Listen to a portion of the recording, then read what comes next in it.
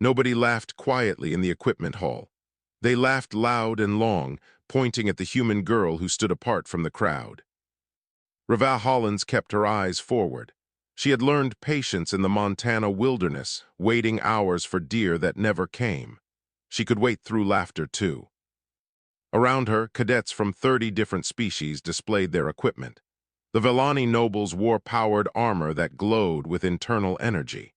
The Kreth warriors carried shields that could stop starship weapons. The insectoid Drexy moved in suits that bent light around them. Reva wore gray metal plates held together by leather straps. The plates were scratched and dull. The leather was old but strong. Her grandmother had worn this armor. Her grandmother's grandmother had worn it before that. The family never spoke of where it came from, only that it must never be sold, lost, or forgotten. "Look at the human," a voice called out. Thros, son of a Vellani council member, walked toward her with his friends behind him. His armor cost more than most Earth cities. She brought museum garbage to the Galactic Defense Institute. His friends laughed. Other cadets turned to watch. "Does it even function?" Thros asked. "Or do you just hope enemies die from laughter?" Reva said nothing. She had heard worse from better people. A human woman pushed through the crowd. She had dark hair and curious eyes. "I am Myra Patel from the New Delhi colony. Is that armor very old?" "Old enough," Reva said. "Where did your family obtain it?" Reva touched the chest plate. Beneath her fingers, she felt the faint warmth the armor always carried. "My grandmother said it came from before the stars opened, before we knew aliens existed. I never understood what that meant." Thros laughed again. "Before first contact? That was over 800 years ago. Your armor belongs in a museum, not a battlefield." The registration officer, a four-armed Kelith, approached with a scanning device. He looked at Reva's armor with clear doubt on his face. "I am not certain I can register this as combat equipment," he said. "It appears to be historical." "It functions," Reva said quietly. "Show us then," Thros called out. "Show us what your scrap metal can do." Reva took a breath. She had never pushed the armor before. Her family had rules. Wear it only when needed, never show its true nature, always remember that it was more than it appeared. But she could not train here if they refused to register her. She moved, the armor moved with her, smooth as water, fast as thought. She crossed the hall in 3 steps, stopped beside Thros before he could blink, and returned to her original position. The entire motion took 2 seconds. The hall fell silent. The armor should not move like that. No powered armor had such response time. And Reva wore no powered armor. She wore plates and leather that looked centuries old. "Register the equipment," the Kelith officer said, his voice uncertain now. The main doors opened. Instructor Yadin entered the hall. He was Drexy, ancient even by his species' long standards. 900 years of life had given him 6 limbs covered in old scars and crystalline eyes that shifted color with his emotions. He had taught combat at the Institute for 3 centuries. He had fought in wars that most species had forgotten. He walked through the silent crowd of cadets. His eyes were calm blue, the color of a still ocean. Then he saw Reva.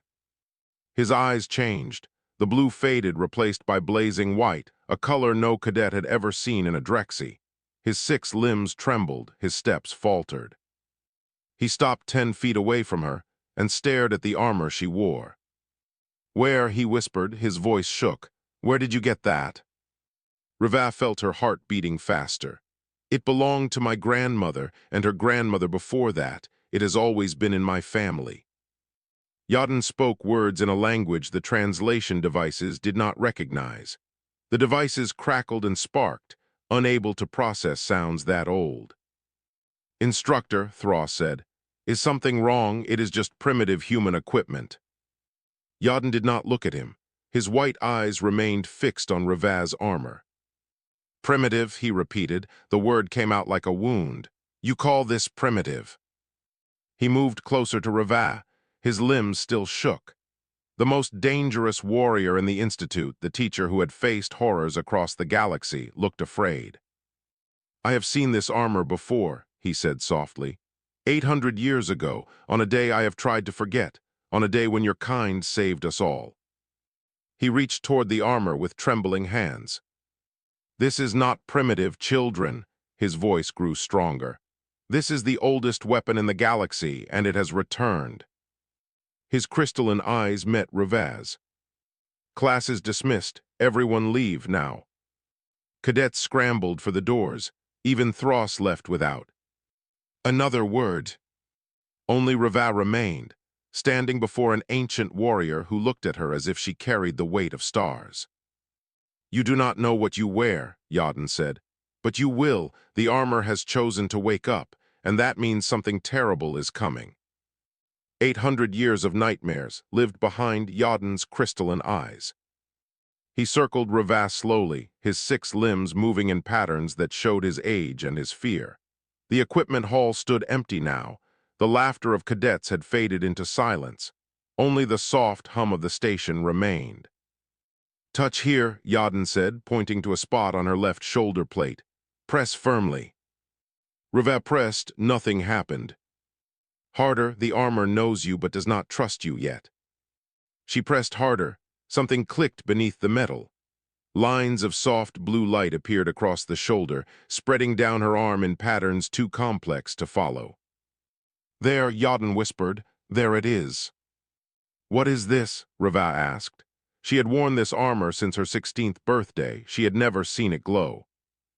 Yadin did not answer immediately. He moved to her back, found another hidden point, and pressed it himself. More light spread across the armor, revealing shapes that looked almost like writing. I was young when the war came, he said finally. Young and foolish and certain I would live forever. My people, the Drexy, had built an empire across 200 worlds. We believed nothing could challenge us. He walked around to face her. His eyes had faded from white to pale gold, the color of old memories. Then the hollow opened. Revaz had heard that word before. Her grandmother had whispered it in the dark on nights when storms shook their mountain home. The hollow, the empty place, the hunger between stars. What was it? Revaz asked. Not was, is. Yadin's voice dropped low. The hollow is a dimension that touches ours, a place of pure consumption. It found a way through and it began to feed. Worlds vanished, species were erased. My empire fell in 6 months. He touched the armor again, tracing the glowing lines with careful respect. Every species fought, all of us together united for the first time. We had the numbers, we had the weapons, we had the will to survive. But it was not enough, Revaz said quietly. No, the hollow consumed everything we threw at it. Our weapons became food. Our soldiers became empty shells that fought against us.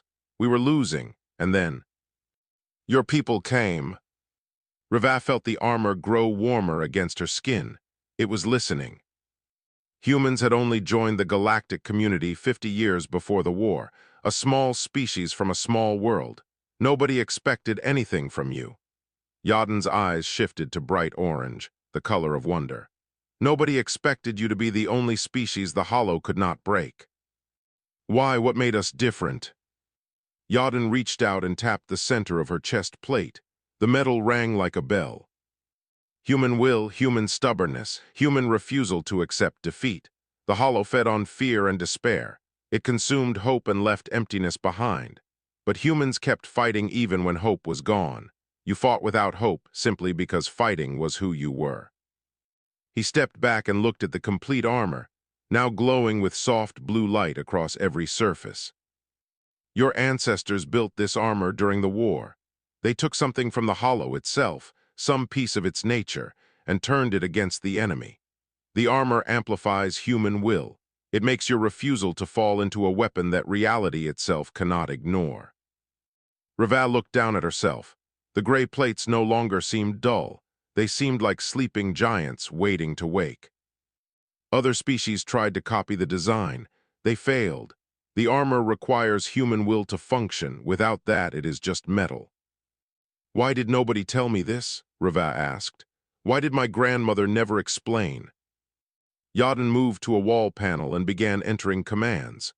A holographic display appeared, showing a galaxy map marked with dark stains. Because the war did not end with victory, it ended with a seal. Human warriors gave themselves to close the breach between our dimension and the hollow. They became living locks, their bloodlines carrying the seal forward through generations. He pointed to a spot on the map, a small blue world orbiting a yellow star. Earth was hidden. Humanity's true role was erased from history. You chose to be forgotten so that other species would not depend on you, so that we would learn to build our own strength. And now, Reva felt the armor's warmth spreading through her whole body. Why is the armor waking up now? Yadin turned to face her. His eyes had shifted again, this time to deep red, the color of fear. Because the seal is weakening, something is testing the barriers, and the armor can sense it. He walked to her and placed one of his 6 hands on her. Shoulder, I survived the war because a human in armor exactly like yours stood between me and death. Before she fell, she said, when you see this armor again, protect the one who wears it. The seal is weakening. Reva's blood ran cold. She knew, 800 years ago, she knew this would happen. The armor carries memories of all who wore it before. Your ancestors knew many things, and now their knowledge is waking inside you. The armor pulsed once like a heartbeat. You are not just a cadet anymore, Reva Hollins. You are the last heir of the shield bearers, and your war is about to begin. Words she had never learned appeared in her mind like old friends returning home. Reva sat alone in her quarters, watching text scroll across the inside of her helmet. The armor displayed messages that looked like no human language, curved symbols and sharp angles that meant nothing and everything at once. She understood every word. Shield protocol active, bearer recognized, bloodline confirmed, memory integration beginning. What memories? She asked the darkness. The armor answered with images. She saw a woman in identical armor standing on a burning world. Behind her, a city collapsed into ash.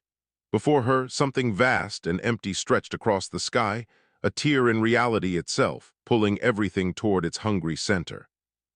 The woman did not run. She raised her hands and light exploded from the armor, pushing back against the darkness. Another image, a man in the armor fighting creatures that had no fixed form. They shifted and changed, becoming the fears of those who saw them. But the man saw nothing to fear. He struck them down with hands that glowed like captured stars. Another image, hundreds of humans in armor just like hers, standing in a line that stretched across a battlefield. Behind them, aliens of every species huddled in terror. Before them, the hollow advanced. The humans did not retreat. They locked their armor together and created a wall of pure will. Reva gasped and pulled off the helmet. The images faded, but the feelings remained, courage, sacrifice, and an ancient duty that had slept in her blood for 800 years. A knock came at her door. Myra Patel entered, carrying a data tablet. Her eyes went wide when she saw the armor glowing softly in the dim room. I found something, Myra said. I searched the restricted archives for any mention of the Hollow Wars. Most records are sealed or destroyed, but I found one reference. She handed Reva the tablet. The screen showed an old image, faded and damaged. It depicted armored figures standing before a massive breach in space. The caption read, "The shield bearers hold the line. Last transmission from the Meridian front." "Shield bearers," Reva whispered. The armor pulsed at the words. The record says they were human warriors who could fight the Hollow directly. Every other species fell to corruption or despair. Only humans resisted. Myra sat beside her. Why did nobody teach us this history? Why do humans believe we are a minor species when our ancestors saved the galaxy? Reva looked at her armor. Because we chose to be forgotten, so that other species would learn to protect themselves. Myra shook her head. That seems like a terrible sacrifice. It was necessary. Reva did not know how she knew this, but she felt its truth in her bones. The armor shows me things. I see my ancestors. I feel what they felt. They knew that if other species depended on humans, the galaxy would never grow strong enough to face the Hollow again. A message appeared on Myra's tablet. Her face changed. "Thros has challenged you to a formal duel," she said. "He claims you cheated during registration, that your armor must contain illegal modifications. He wants to prove your equipment is fraudulent." Ravas stood. The armor moved with her, smooth as breathing. "When? Tomorrow, the Grand Marshal himself approved it. Ravas, you cannot accept. Thros has military-grade powered armor and years of combat training. You have." "I have 800 years of human will," Ravas said. The words came out stronger than she expected. "I accept the challenge." Myra grabbed her arm. "Listen to me. I know that armor is special, but Thros will use every advantage he has. He comes from a family that has never lost. He will not fight fairly." Ravas placed her hand over Myra's. "My ancestors stood against something that ate stars. They held the line when every other species fell. One spoiled noble does not frighten me." The armor glowed brighter, responding to her conviction. "Besides," Ravas added, "I need to show the galaxy what humans truly are. Not primitive newcomers, not minor players in a larger story. We were the shield that protected everyone, and we still are." Myra looked at the glowing armor, at the ancient symbols that flickered across its surface. She nodded slowly. "Then, I will stand with you, whatever happens." Ravas smiled. "Find other humans on this station. Tell them to watch the duel. Tell them to remember who we really are." As Myra left, Ravas put on her helmet again. The images returned, faces of ancestors stretching back through centuries, all of them wearing this armor, all of them fighting the same eternal war. She felt their strength flowing into her. Tomorrow she would show the galaxy that the shield bearers had not disappeared. They had only been sleeping. And now they were waking up. 2,000 eyes watched from the arena stands, and not one of them believed the human would survive. The dueling arena filled every seat. Vellani nobles sat in the upper levels, their expensive clothing shimmering under the lights. Kreth warriors crowded the middle sections, eager to see blood. Drexy scholars occupied the lower rows, including Instructor Yadin, whose crystalline eyes glowed pale gold. Grand Marshal Severin watched from the command platform above. He was Kreth, massive and covered in battle scars from 100 campaigns. He had approved this duel personally. He wanted to see what the human armor could do. Thros stood on one side of the arena. His powered armor gleamed like polished silver. Energy weapons mounted on his shoulders tracked movement automatically. His family crest blazed on his chest, a symbol of wealth and ancient power. Ravas stood on the opposite side. Her gray plates looked dull under the bright lights. Her leather straps seemed ready to break. To everyone watching, she appeared to be a sacrifice waiting to die. The horn sounded. Thros attacked immediately. His shoulder weapons fired concentrated energy blasts that could cut through starship armor. The bolts crossed the arena in less than a second. Ravas moved. The armor responded to her will before her muscles could even tense. She dodged left, the energy bolts passing through the space where she had stood. She dodged right, avoiding a second volley. She moved forward, closing the distance with impossible speed. The crowd gasped. Thros switched to close combat. His powered armor gave him strength that could crush stone. He swung a fist that would have shattered normal equipment. Ravas caught it. Her hands grabbed his wrist, and the gray metal of her armor flared with soft blue light. The crowd fell silent. This was not possible. Powered armor multiplied strength by a factor of 50. No human should be able to match it. But Ravas was not using strength. She was using will. The armor amplified her refusal to fall. It took her determination and made it into a force that reality could not ignore. She twisted, using Thros's momentum against him, and threw him across the arena. He crashed into the floor, leaving a crater in the metal. "What are you?" he shouted, rising quickly. His armor systems beeped warnings. Something was wrong. His shields were draining faster than they should. Ravas did not answer. She felt the armor filling with memories, techniques used by ancestors she had never met, combat patterns developed over centuries of endless war. Her body moved through forms that no living human knew. Thros attacked again and again, energy blasts, physical strikes, even sonic weapons that should have shattered her from inside. The gray armor absorbed everything. It did not just defend, it learned. Every attack made it stronger. The crowd began to whisper. Some of the older spectators, the ones who had studied ancient history, recognized what they were seeing. This was not technology. This was something older. Thros grew desperate. He reached to his back and drew a weapon that gleamed with unstable energy, a pulse cannon that was forbidden in training duels. The blast could kill at close range.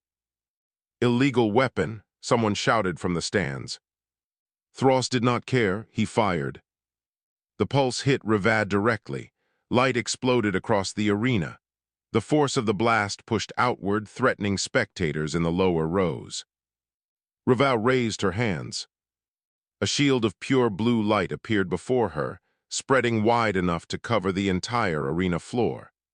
The pulse blast shattered against it, the deadly energy redirected upward where it could harm no one. Thros stared, his weapon smoked in his hands. Revad walked toward him.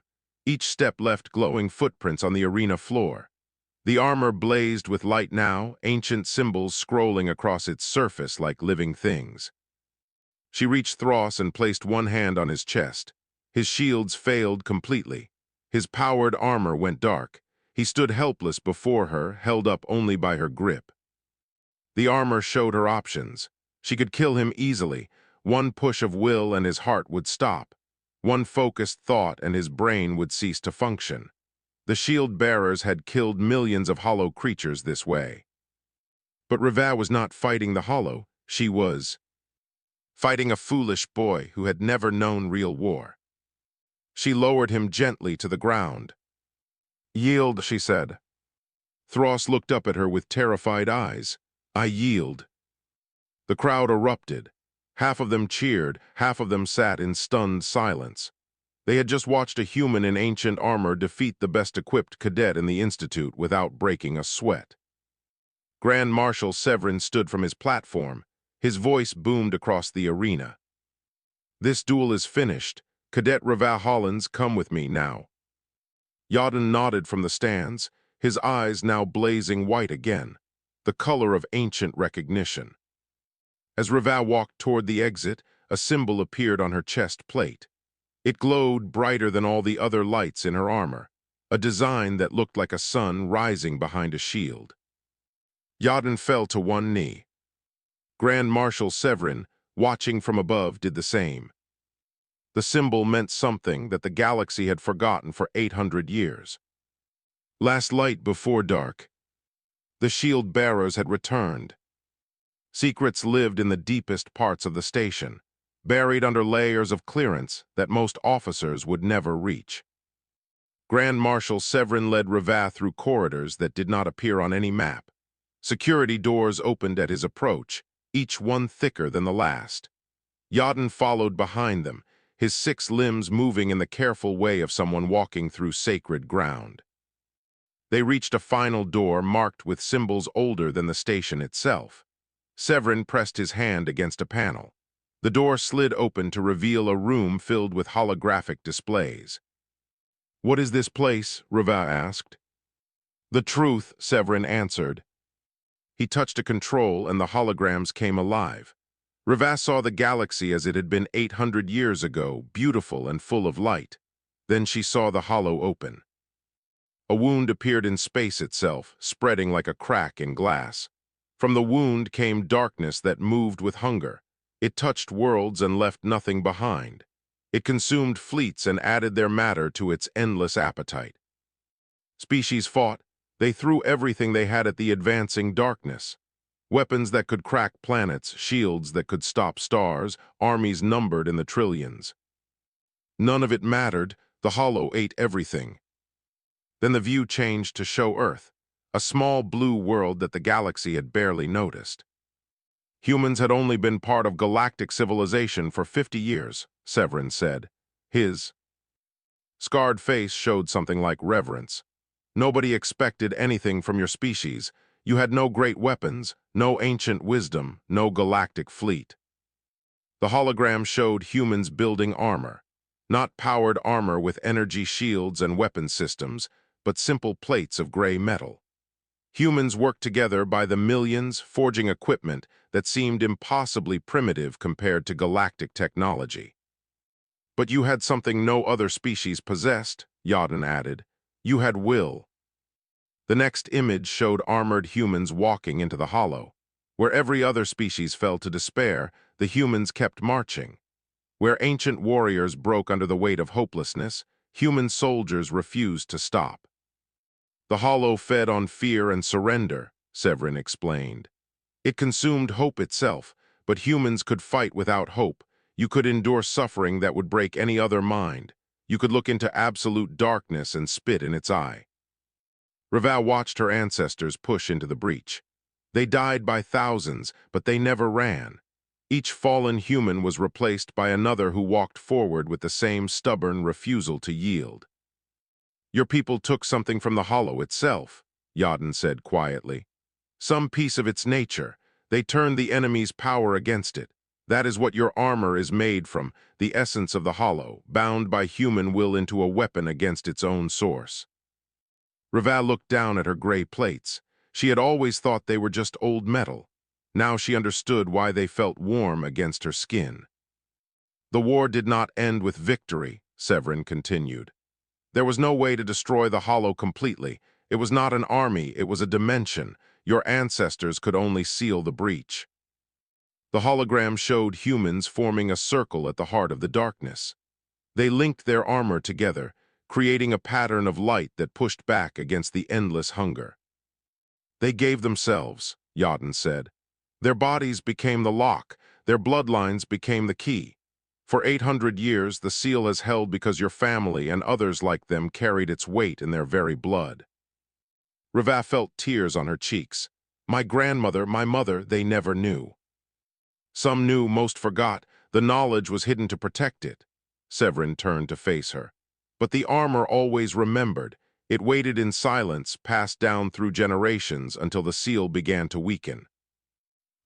The seal is weakening now, Reva said. It was not a question. Yes, Yadin's eyes shifted to deep red. The armor would not have awakened otherwise. Somewhere in the galaxy the barriers are failing.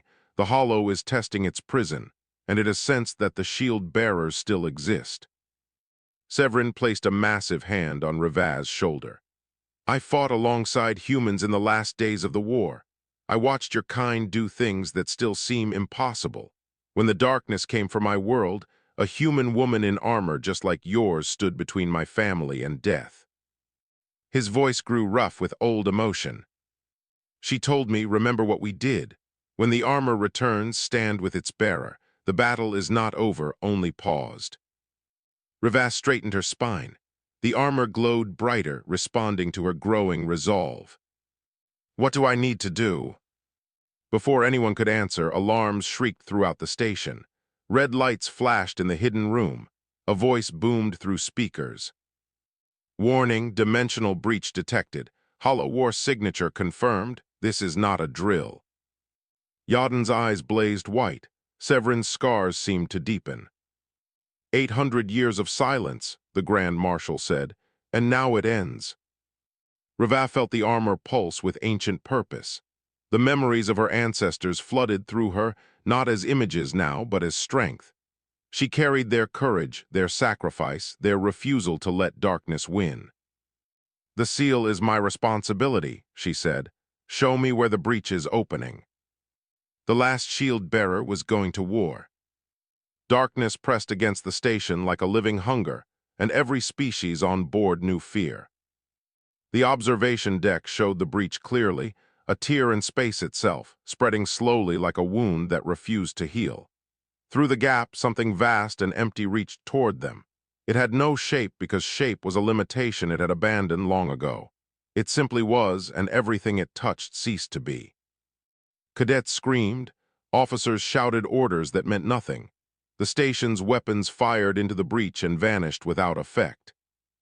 Reva walked through the chaos like a calm eye in the storm. The armor blazed with light now. Every symbol on its surface glowed with purpose 800 years old. The gray metal no longer looked primitive. It looked ancient in the way mountains are ancient, in the way stars are ancient. Myra appeared at her side. Behind her came other humans from across the station, each one carrying something they could not explain.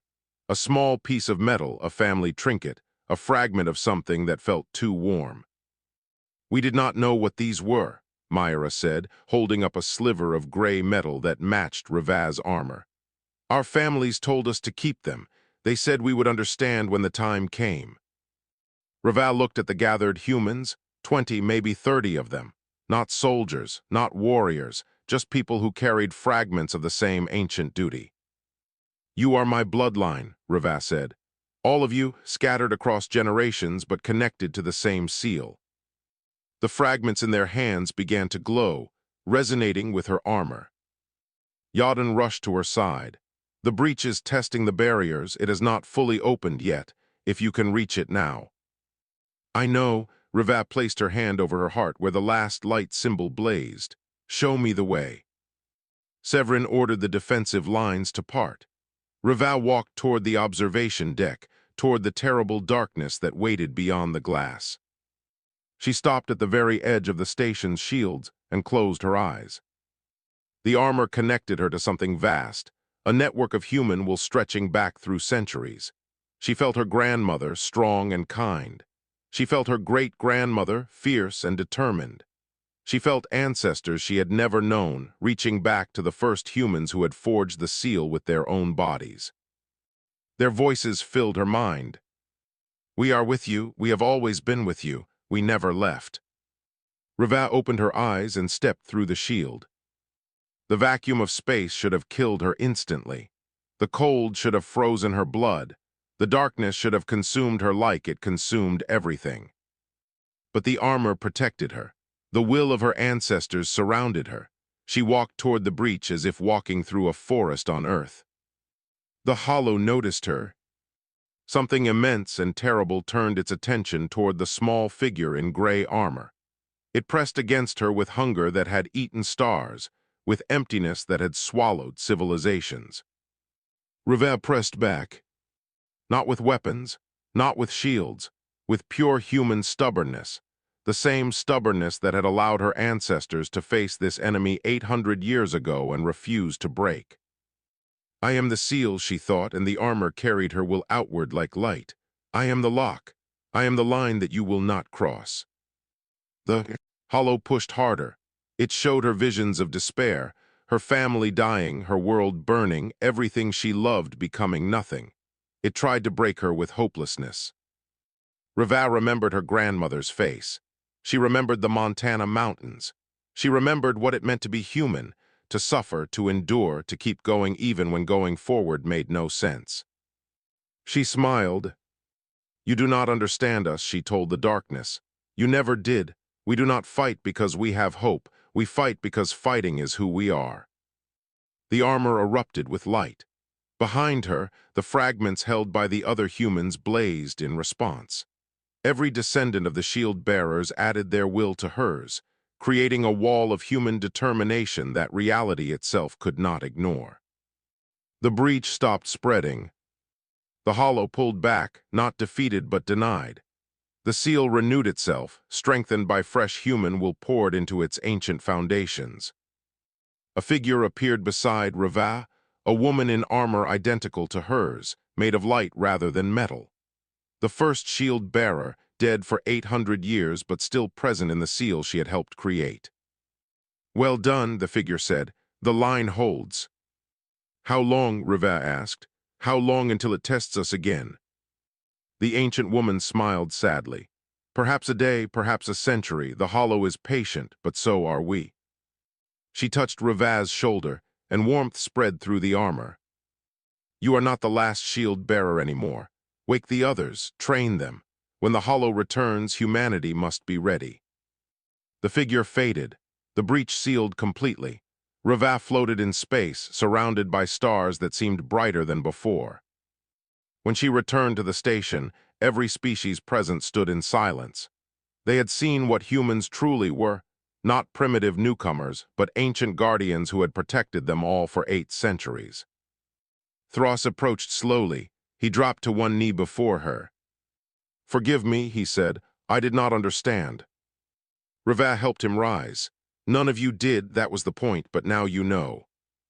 She looked at the other humans, at Myra, and the fragment bearers who had added their will to the seal.